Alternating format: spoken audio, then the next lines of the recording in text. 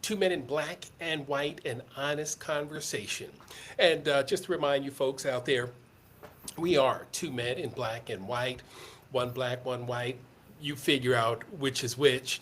But we are old friends from high school basketball teammates going back to junior high. And we wanted to remind folks that, in order to have honest conversations, we have to do it across cultural lines, across and over cultural barriers. So we decided to have honest conversations, keep them in black and white, and keep the focus on the things that we agree on and provide a level of understanding for folks out there who may not have looked at it through a different color lens.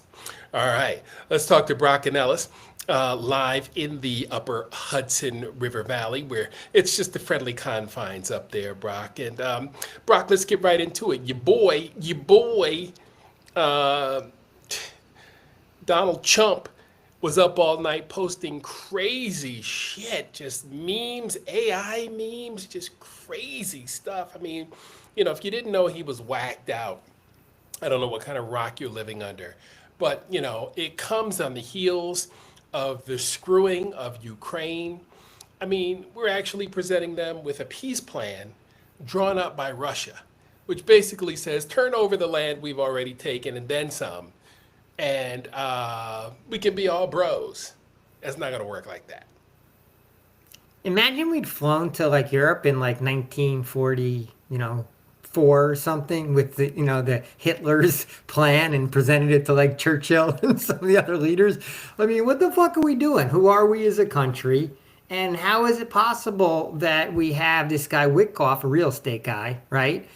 And somehow Jared Kushner, Saudi Arabia's best friend, back in the mix, accepting and delivering a plan written by Russia, handled through Rubio or over Rubio, around Rubio, because he sounded like he was sort of like last guy in the deal team, right? He had no idea what was going on, but trying to explain his way out of it after he'd already told some senators that it wasn't our plan. So we look foolish in implementing a strategy that's not in America's best interests. We defend and protect democracies because we're the Right. leading democracy in the world. We don't throw them under the bus. That's not who No, America is, but that's who Donald no. Trump's America is, which is why we need change. Yeah. We And, can't go and down this road. no, and we need change in a hurry. Ukraine doesn't have a lot of time to play with.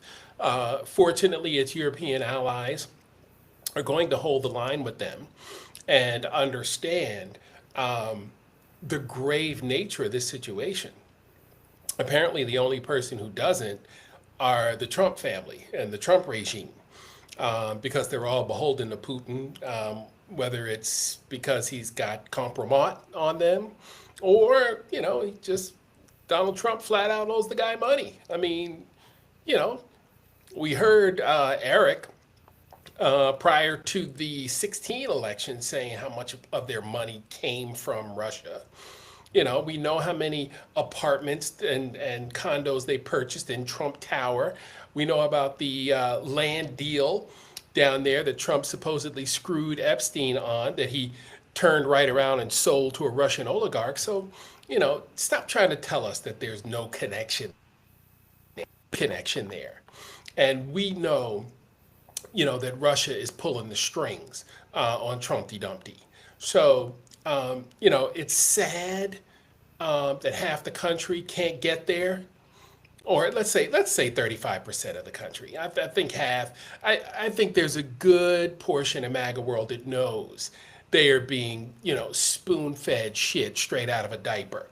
Um, you just can't convince me otherwise. Um, so yeah, that's where we are. That's where we are. Well, independents have supposedly swung from like a -5 to like a -40 on Trump. So those people in the middle have definitely I love swung it. away, right? The ones who maybe just barely paid attention, but now you have to pay attention because it's hard to put food on the table and the atrocities are so glaring.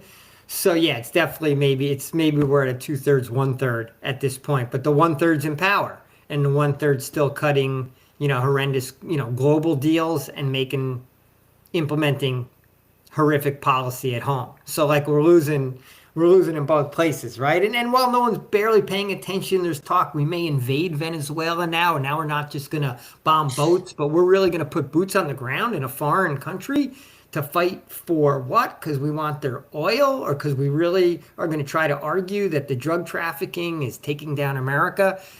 So, God, I hate to spend too much time on foreign policy, but when it's this bad and this glaring, like it's Right. also a place where it just shows how horrendous a leader Trump is.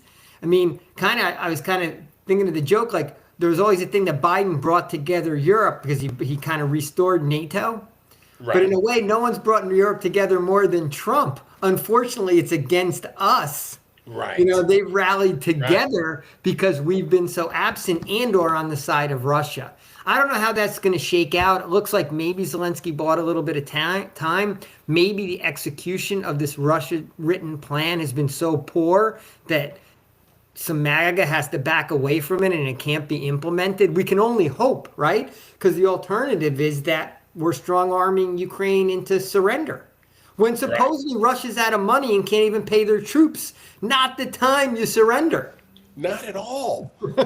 Which makes this even more egregious on Trump's part, right? Like, why are we not helping Ukraine right now when we know Russia is down? Look, this army was supposed to be a rival of ours. It is not. It has never been. It is not even close because they don't. Brock, there's nothing coming out of Russia. The only money they make is what they steal off the internet and, well, I guess Russian vodka sales. But they've got no crop that they harvest. There's nothing coming out of Russia except corruption, crime, and scandal. And crime and scandal doesn't pay that well because it's so inconsistent. Yeah, it's been very expensive for Russia. I mean, Putin doesn't really care about Yes. his people, but like money-wise, they're buying a lot of military equipment Right. from China apparently at egregious prices. So China's killing it, selling them. So yeah, that's where we are in the foreign policy is a debacle. What ties into that foreign policy debacle is now today Hegseth doing Trump's bidding, and now they're all threatening Senator Mark Kelly. He's become the target A1 for this, sedition. They need to be hanged by the bootstraps type of argument they went after Slotkin and Crow. But Kelly's become, their public enemy number one. And my guess is it's all bullshit and bluster, but the threats are real, right? Right. Right. And Mark Kelly has been one of the stand-up, middle-of-the-road guys, but always comes in where you want him to be, right? He is a dependable party member, and one of the families that, man, I still, get upset about his wife and what happened to her out at a random shopping mall where all she wants to do is shake hands with constituents and just talk to them, right? So when I hear the name Mark Kelly, my first thought goes to Gabby, and the fact that now they want to put this kind of target on an esteemed, highly accomplished member of Congress is just sickening to me. But Mark, even party aside, right? He's kind of like McCain. He kind of replaced McCain, right? So it's sort of Right. in a similar vein where it's like, whether you agree or disagree with him, you have to respect him, right? Right. He was in the No Navy. doubt. He was an astronaut. He's lived his whole life caring and serving American interests. Right. So yeah, he may go a different way on a vote than you want him to. Even Democrats may feel that way about him sometimes. But like, Right. no matter where you are on the political spectrum, you should just respect Mark Kelly No as doubt. a person, and that his moral compass is in the right place. So if you're going after him and saying he's like a traitor to America, it's like MAGA's so fucking far off base and pulling shit out of left field. It's like Real. it's the wrong guy, right? Right. Like why that guy? What's Right. more neutral, party neutral than like being in space, right? Right. I mean, until Elon Musk got involved, but prior to that, back when it was NASA focused and NASA led, all Americans rallied around our astronauts. Right.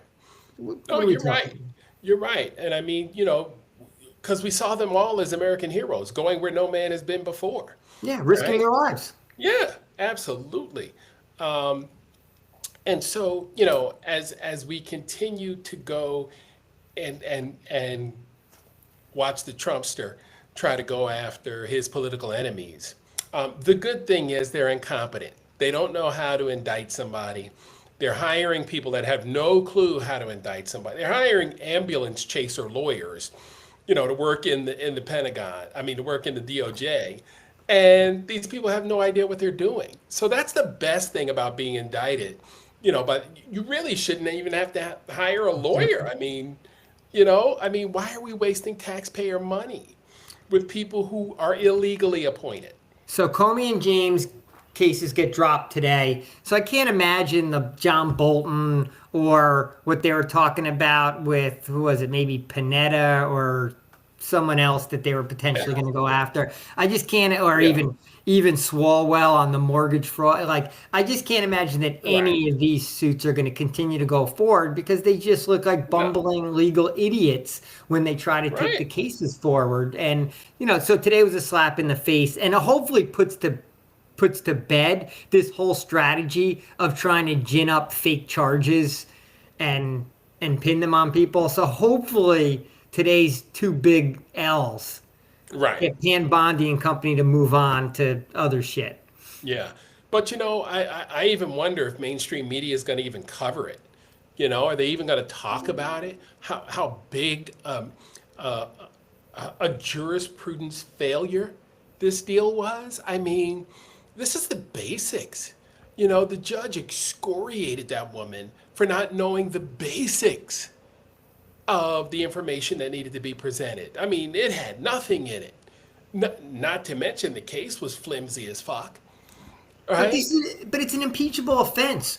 Donald Trump is using the Department of Justice to go after what he deems to be political enemies. Yep. That in its own right is an abuse of power and an Yep. impeachable offense. Right there, simple. We just watched it and we watched the courts throw it out. But the problem is no one's going to go after him on the impeachment. We're not going Right. to spend enough time talking about how egregious and un-American this is. And that this alone shows that there's someone in the Oval Office who should not be there and should Right. be removed. And in Right. normal times, non MAGA world times, Right.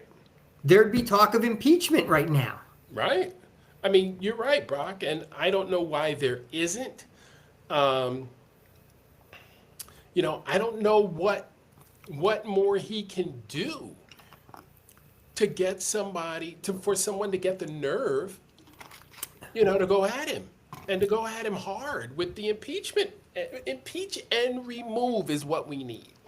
We've been What calling for that since, last summer. I think what we're going to get, sadly, instead, is I think we're going to get more Marjorie Taylor Greens. I think we're Yeah. going to maybe not rebranding and all that shit that went on before, but I mean in terms of the resignations. I think Right. more Republican congressmen and senators are going to resign instead of having either tough primary fights or staring at elections in 2026 that they're looking like they're going to lose. And that's anyone who's in a district that was a plus 25 MAGA or below is now at Right. risk, and they're afraid to do town halls. You think they Right. want to go out and be on the campaign trail and get fucking ripped apart every time they show their face in public? They're afraid to. They can't go through the campaigning.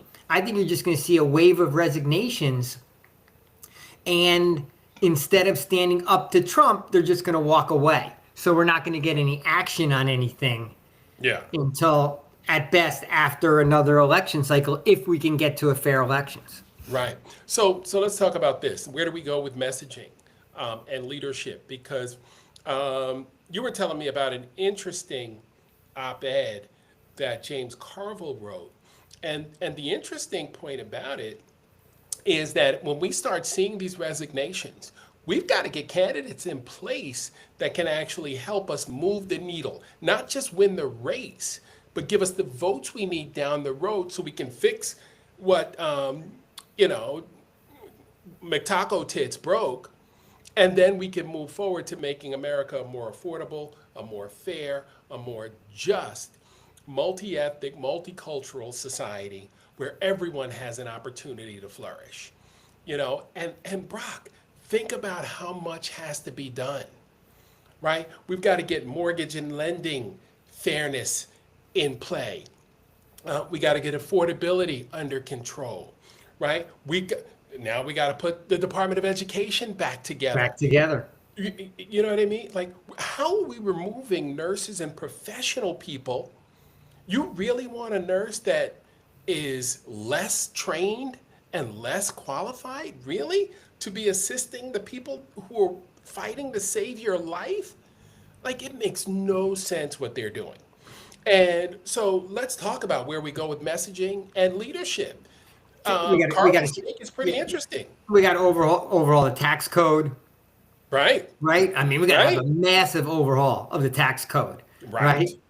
Among other things. Hey, Carville was interesting because you got to view, yes, he was like the whole Bill Clinton. He's famous for saying it's the economy stupid and getting Clinton to focus on the economy way back in the 90s when he won, you know, kind of a, you know, out of the box candidate who ended up winning. But Carville's from Louisiana, right? He's a centrist at heart. He's a middle of the road. He still is anti-DEI. He still thinks that the Democrats lose when they talk about social issues. He doesn't want to fight any of the culture wars. Which to me, we keep talking about the economic and culture wars are intertwined. You can't talk about one without the other. Budgets reflect values. So it's all, you know, one basket. But he did say today, he says, he basically said that the progressives have, the way I read it, the progressives have won the battle of ideas on the left, and that the Democratic Party has to go all in on the most economically populist policies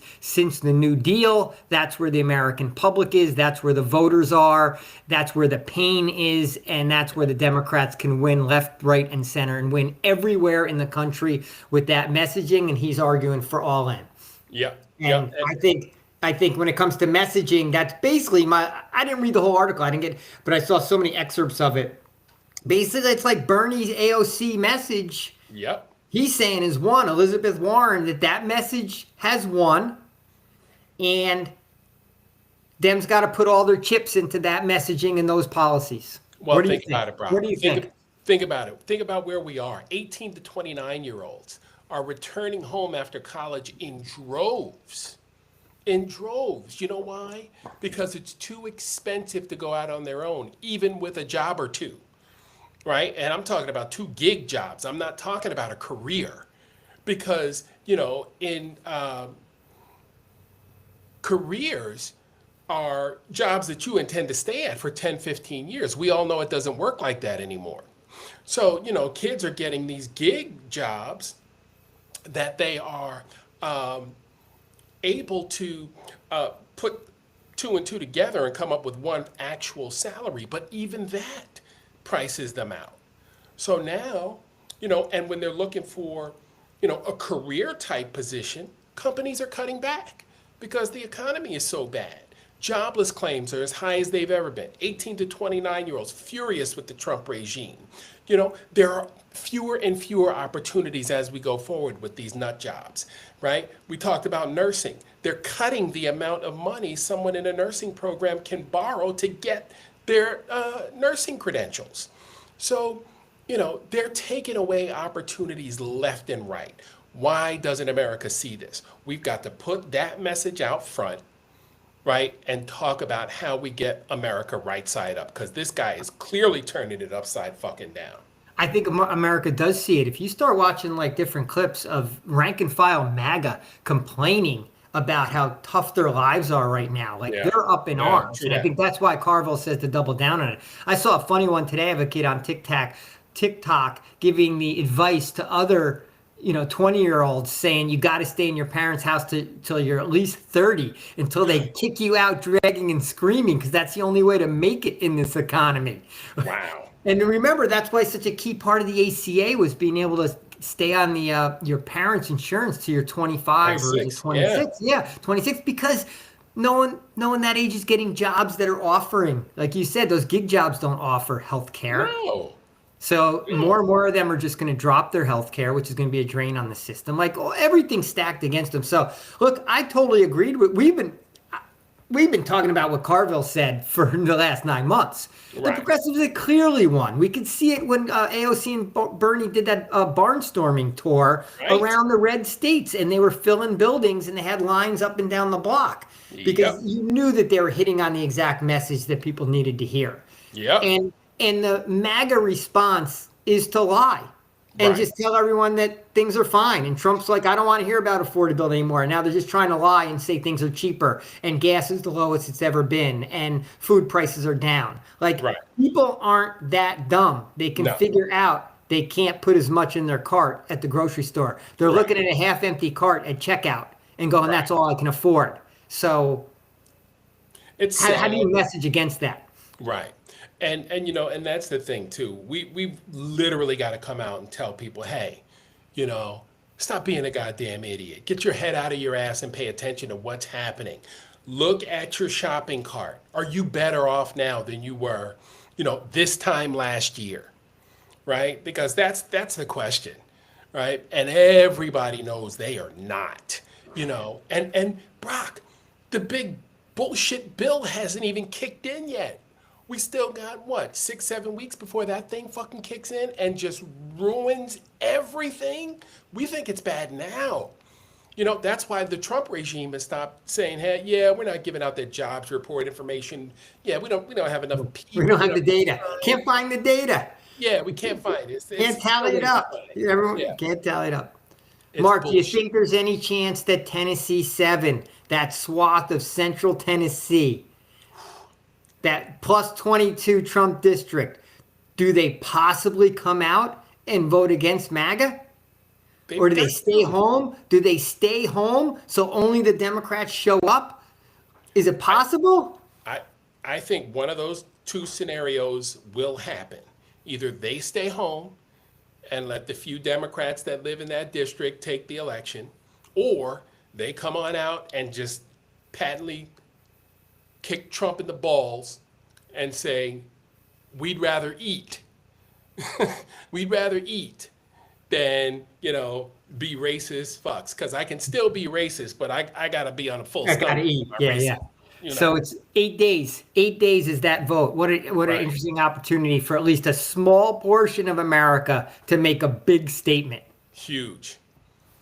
I'd Huge. love to be living in that district right now because you get to really you have the megaphone. Basically, the megaphone has been handed to every voter in that district. Right. Tell us what you really think. Right. I'd be You know. disappointed if we lose that one. And when we get this information, we will for sure know, what Red America's thinking. This Tennessee 7 will tell us in a big bad way what Red America's thinking. If Tennessee 7 goes blue, we will get a wave of resignation of resignations and or MAGA politicians saying they're not running next year. No Right. doubt, they're not going to put themselves through it. If Right. Tennessee 7 goes blue, you're going to have about 150 MAGA congressmen who are like, "Oh shit, Right. What am I going to do now? yeah, next year this campaign's going to be a death march for me. Right. I'm bailing. Let someone else do this shit." Yep. And why should I waste the money and the time in a race I know that I can't win because I don't have any message for them? Yeah, it's a huge know, one. All It's a I huge have one. is, just take it, you know.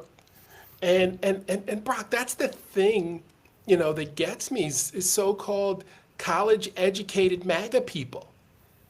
Like, how is Turning Point recruiting on colleges? Didn't the leader of your organization just get unalived because of his rhetoric?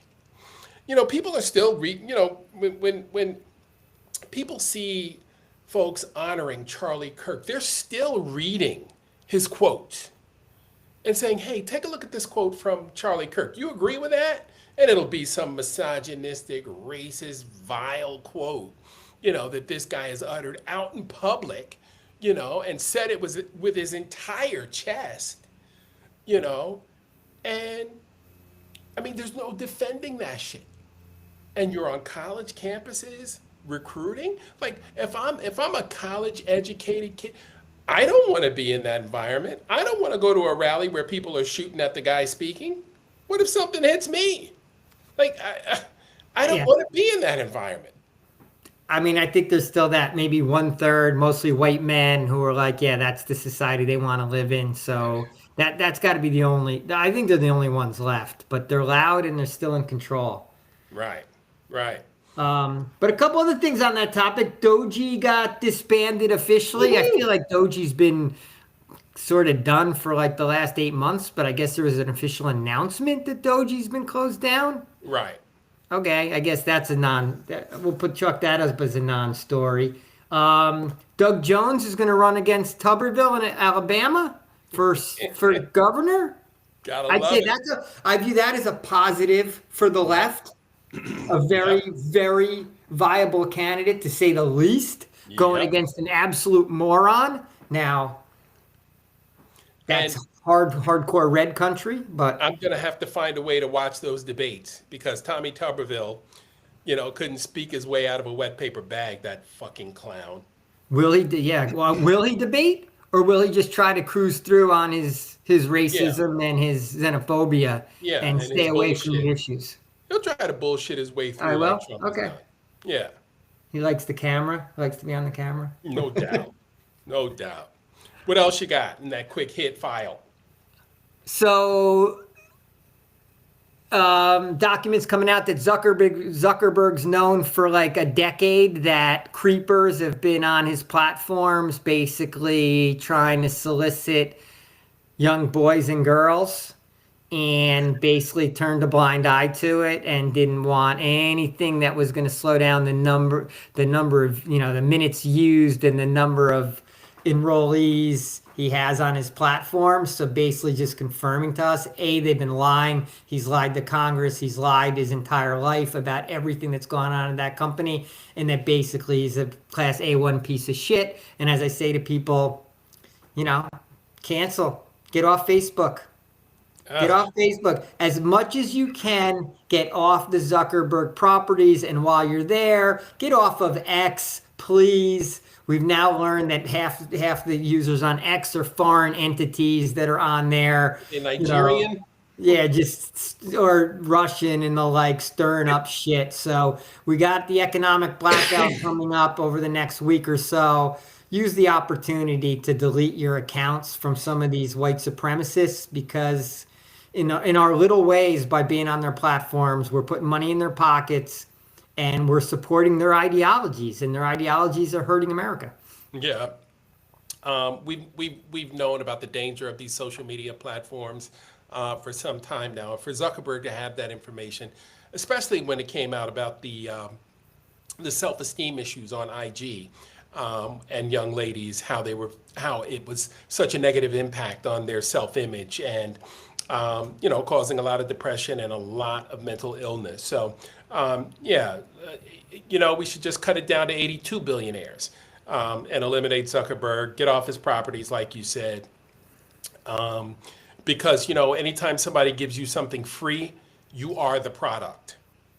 So your information, the things that you like, you wonder how, you surf something and then the next thing on your Facebook page, an ad, for bass fishing shops up because you just Googled a new fishing reel, right? Now you're surprised that it pops up on your Facebook feed. Well, that's what they do. Their whole thing is finding out what you like and monetizing those things through you.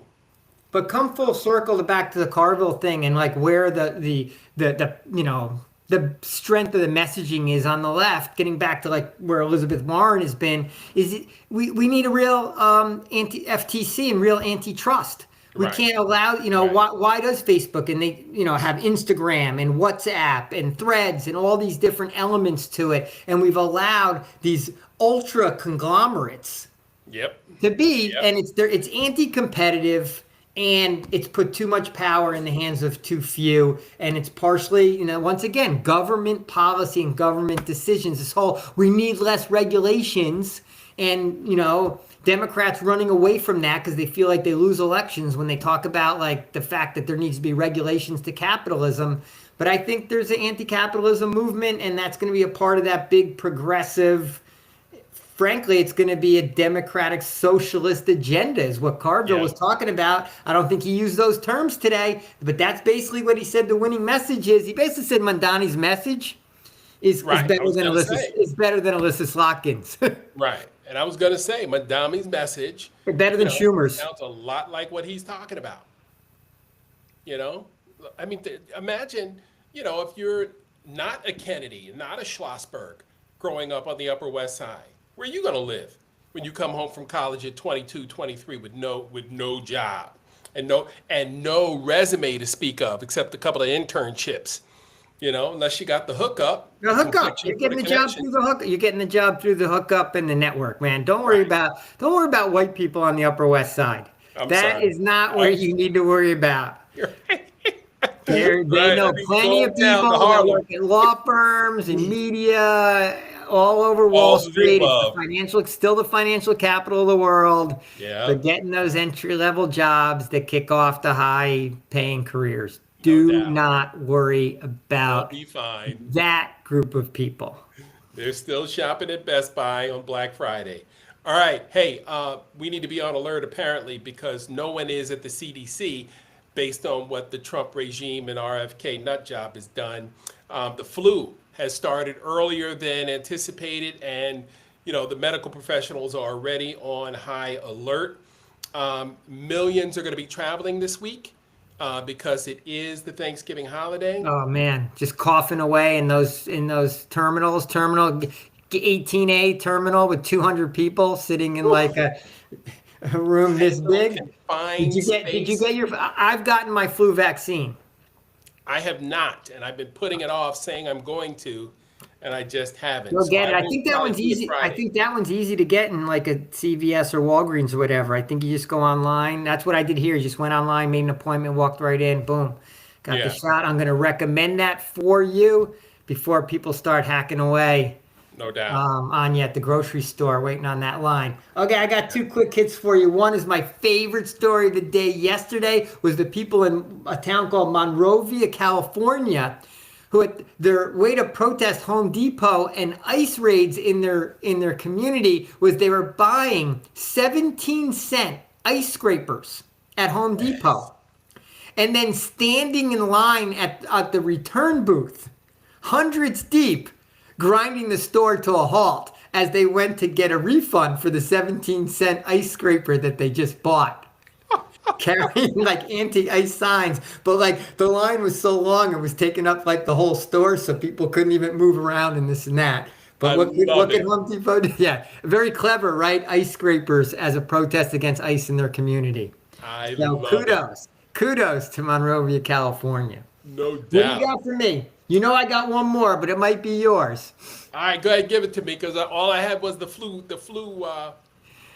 Shador Sanders, With the big first win. NFL start, and the lowly Cleveland Browns win on the road against the lowlier Las Vegas Raiders. So yeah, it wasn't the Raiders. toughest team in the league to play against, but hey, it's a win in the NFL, and it's a road win in the NFL, and great shot of Myles Garrett, their great defensive end, going crazy when Sanders rolled out and threw that 50-yarder on the run. Like you Yeah. couldn't fucking believe it that a quarterback had actually made a play. Now, his stats weren't phenomenal. His QBR and advanced statistics weren't off the charts. But hey, NFL's about winning, and they decided this morning that he will be starting next week, Right. which was very much in question headed into that game. So I give Shador credit, and he handled the press conference fantastic. Oh, absolutely. And he said all the right things. throughout this whole clusterfuck. But it was interesting that he didn't get the game ball. Did you notice that? Who got it, Garrett? Stefanski gave it to another guy. I mean, I was so mortified I couldn't even watch the rest of the video to see who got it. He just gave him his, kind of gave him his props and went on about, oh, this guy played great. No, I was like, whoa, a rookie with 1 week of practice with the first team gets a win. You still got to play an NFL team. You're still playing against a seasoned vet in Geno Smith.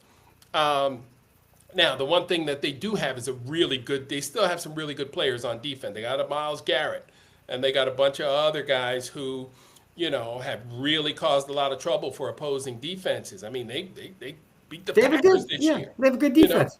Yeah, so, they're no slouch, but, hey, anytime you win in the NFL, it's a feather in your cap. He could have gone in and really talked shit and been like, done like a F you to everyone, and he actually gave a good life lesson. I don't know if you heard it. He was kind of like, you know what, sometimes you don't end up in the situation that you want to be in, and there was a lot of talk about me not getting enough reps with the first team, and he's like, but you know what, no one cares, no one wants to hear that stuff. All anyone cares about is how you perform on the field, and I get it. Like, he didn't make any excuses for how bad he'd played the week before. And he didn't overplay his hand as if he put on an all-pro performance, but he was just like, I'm happy. I got to play and we won. Yeah. So, what's the job? Job in the NFL for quarterbacks is win. Yes, indeed. All right, buddy. All right. That'll wrap it up for us. All right, Mark. Good stuff. Always a pleasure. See you tomorrow. All right, talk to you tomorrow. Same channel. All right, Shalom. buddy. Peace.